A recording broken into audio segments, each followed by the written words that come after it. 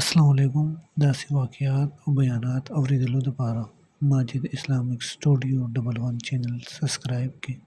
ګنټې والا نشان هم کلک کړئ چې داسې واقعات او بیانات ستاسو مخې ته همیشه راځي، او د ثواب په نیت یې خپلو ملګرو سره یې شیر کړئ او په کمنټس کې سبحان الله ماشاءالله الحمدلله هم ولیکئ. وکړه لکه یا علی رضی الله تعالی عنہ فرمایل وی چې عبد الله علی شب ځان رسوا اهل بیت درته دعا وکړه، د نبی سلام خاندان درته دعا وکړه، په دلاره اسانه ځان رسوا. عبد الله رضی الله تعالی فرمایي وې د هغه طرفه د شام نواله د مدینه پورې دا سفر می په یو هفته کې کړو، او د دې طرف نه چې روان شوم د خالد ورځې سفر می وکړو، د اتوار د ورځې سفر می وکړو، او د سلورمې په ورځ باندې وی د مازیګر ټایم کې چې دو ویزه ال شام ته رسیدلې وم. د مازیګر ټایم چې کېدو زه شام ته رسیدلم، د صحابه کرامو اذانونه زما تر غوږو شو. د هغه طرف د یوې هفتې مزل او د دې طرف د دوه نیمو ورځو مزل، دا ولې دا د اهل بیت په دعا سره، اهل بیت په دعا سره. بهر حال زه چې الته ورسېدم، عمر رضی الله تعالی چې کوم خط راکړی و هغه مې ابو عبیده رضی الله تعالی ته ورکو، چې هغه ته مې ورکو، هغه خط پړاو کو، صحابه کرام راټول کو، وی ای زما صحابه کرامو عمر ابن خطاب امیر المؤمنین درته خط را لېږلی، او دا درته ویلی دي چې د الله نوم اخلئ او غذا شروع کوئ، د الله نوم اخلئ او غذا شروع کوئ، خو زما صحابه کرام بې ځایه ځان مه وجنئ. صحابه کرام چې دا خبر واورېدو ډېر زیات خوشحاله شو، ډېر په جذبه کې رالو، ډېر په جذبه کې رالو. هلته کې د هرقل بادشاه چې کوم پوجي لیډر و دیارجان، هغه د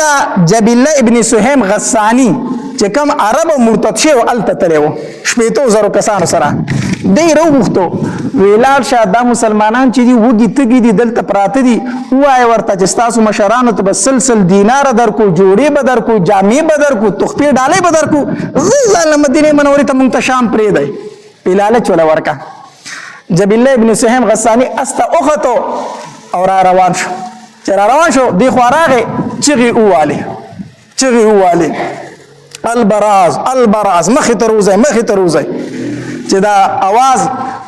ابو عبیده رضی الله تعالی عنہ واورېد که نه، توره یې راواغسته استه وخت. هغه مطلب دا چې دی جنګ له راغی،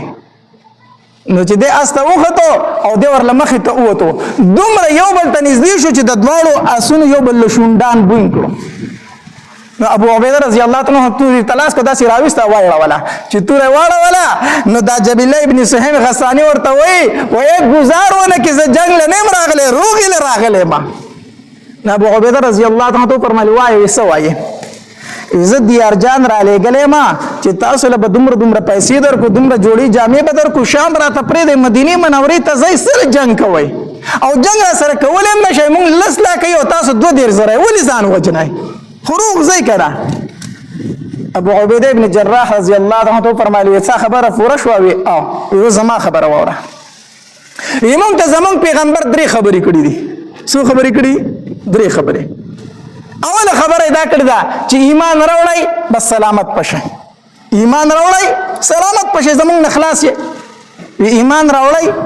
هغې ته نه ایمان چېرته راوړي، چې ایمان خو راوړئ تاسو سره جنګونه سله کوو. وی ښه. وی دویمه خبره مونږ ته زمونږ پیغمبر دا کړې چې ټیکس به تې اخلی، جزیه به تې اخلی، ټیکس په اخ ورکوئ هغې نه به پاتې کېږي. ټیکس ورکوئ؟ نه ټیکس ولې درکو. وی درېیمه خبره زمونږ پیغمبر مونږ ته دا کړې وایي چې جهاد ته تیار شئ. ګوره نر سړی دې ته وایي که نه، دا نر مسلمانانو اسلام راوړه یا جزیه ورکه یا مې تورې ته تیار شه. دا 3 خبرې دي، بله څلورمه خبره پکې نشته. جبیله ابن سهیم غسانی ورته وایي ما خو ورسره روغه کوله، خو چې ته نه غواړې چې زه جنګ دی پې نو. دی واپس لاړ دیارجان ته وي، هغه روغه نه کوي، هغه روغه نه کوي. دلته کې ابو عبیده رضی الله تعالی صفونه تیار کړو، 3 صفونه تیار کړو، 2,000 صحابه کرامو د هغې صفونه تیار کړو. هغې طرف ته دیارجان حکم وکړو، ځکه چې هرقل بادشاه ورته ویلي وي خپل 10 لاکه پوځ به مخې ته نه وباسئ، په 10 لاکه پوځ به نه بلسئ. هغې طرف ته هم عرب دي، مونږ ته دا 18,000 کسان چې راغلي دا هم عرب دي، کوم چې مرتد شوي که نه د جبیله ابن سهیم غسانی دا 18,000 کسانو دم عربو.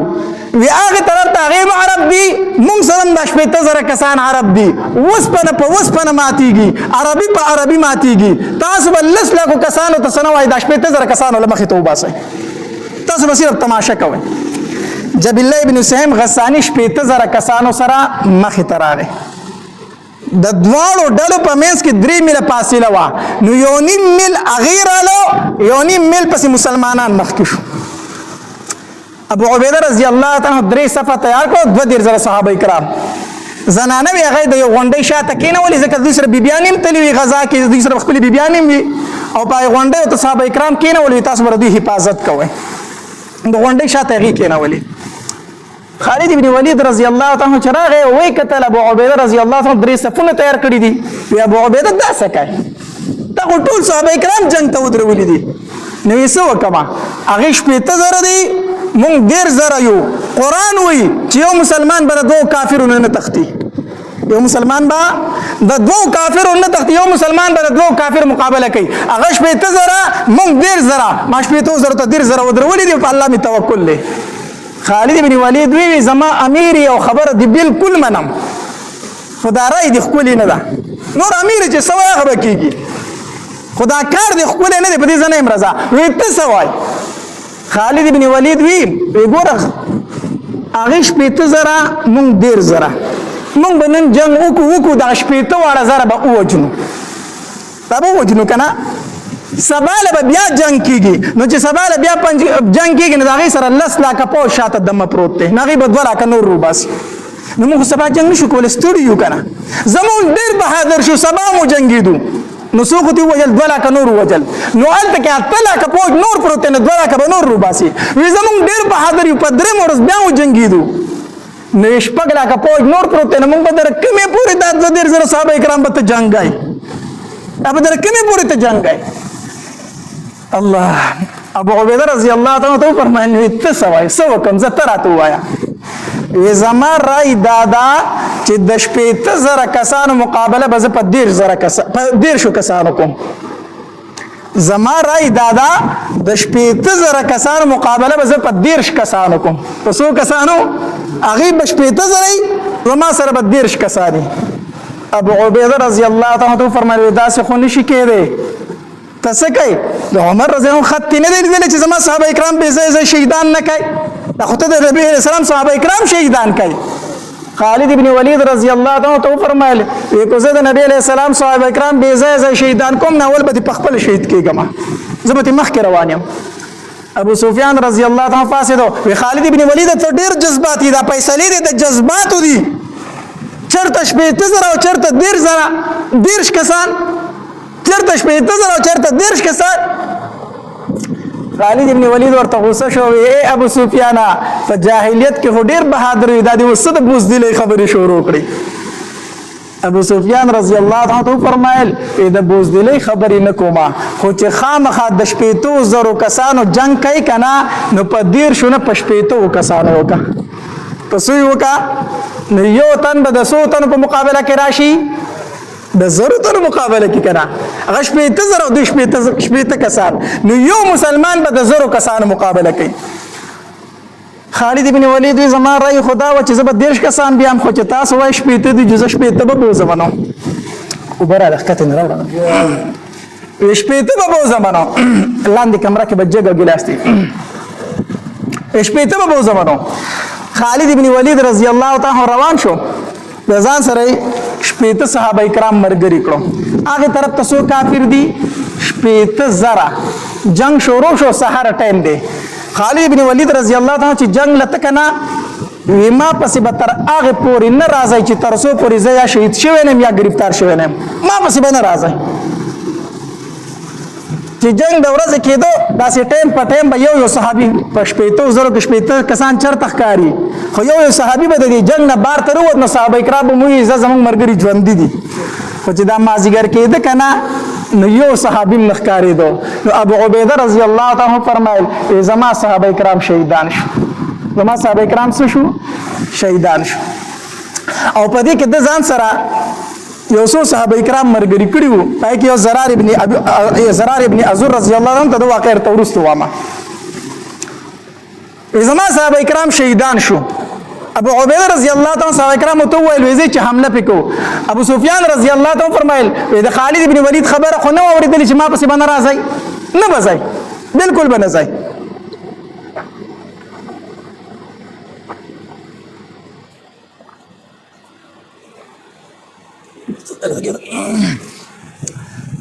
وینه بځای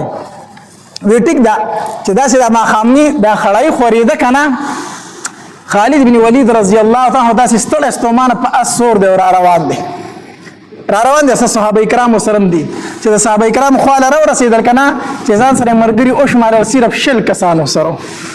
شل کسان سو صحابه کرام ورکو سلويخ تنه شپېته صحابه کرام به بوستو کړه سلويخ صحابه کرام ورکتي صرف شل تنه وسر رالو. خالد بن ولید رضی الله تعالی عنہ داسې اسمان ته وکتل ډېر وجړل یا الله زه به تعالی څه جواب درکوم چې ته ما ته زما صحابه کرام دی ولې شهیدان کړي زما مسلمانان دی ولې شهیدان کړي دي او زه به عمر ته څه جواب ورکوم. عمر براته و چې سلويخ تنه شهیدان کړو ډېر وجړل. ابو عبیده رضی الله تعالی ته ویل ابو عبیده مال سلطنه قربانه والا پکار دي سلطنه قربانه یا به خپل سلويخ تنه صحابه کرام واپس راولم یا به بدل اخلم مال سلطنه نور راکا. ابو عبیده رضی الله تعالی عنہ فرمایل وی ګوره ته ډیر ستړی شوی زه په خپل ځم وینا ته باندې زم زما ټول ورځ جنگ کړي خو زه زم سلطنه